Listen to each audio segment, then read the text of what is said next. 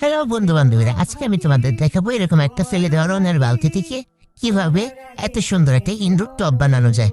প্রথমে লাগবে হচ্ছে আমাদের এরকম একটা বালতি, দেন হচ্ছে বালতিটাকে আমরা কেটে নিব। উপরের অংশটা কেটে না নিলে ভালো লাগবে না। কেটে নেওয়ার পর এরকম হবে, নিচেও বেশ কিছু ছিদ্র করে নেব, 3-4টার মতো। প্রথম ধাপে একটু রং করে নিব, এরপরে হচ্ছে দ্বিতীয় ধাপে একটু রং করতে হবে। রং করার পর ডেকো পেপার লাগাতে হবে। ডেকো পেপার তোমরা চাইলে কেটেও লাগাতে পারো বা সরাসরিও লাগাতে পারো। আমি হচ্ছে সরাসরি ডেকো পেপারটা লাগিয়ে দিয়েছি। ডেকো পেপার লাগানোর পরে দেখতে ঠিক এইরকম লাগবে। এরপরে হচ্ছে আমার টবের ভিতরে মাটি ভরার পালা। টবের ভিতরে আমি হচ্ছে মিক্স মাটি ভরে বা ইনডোর গাছের যে মাটি, সব কিছু একদম রেডি মিক্স মাটি যেটা, ওইটা দিয়ে গাছটা লাগিয়ে ফেলবো। আমি হচ্ছে নার্সারিতে আসছিলাম গাছ কেনার জন্য। আর এটা হচ্ছে আমার গাছের ফাইনাল লুক, যে এটা আমি বেডরুমে রাখবো। এর জন্য আমি হচ্ছে গাছটাকে মুছে নিলাম। মুছে নেওয়ার পরে গাছটা আমি যেখানে রাখবো সেখানে রেখে দিলাম।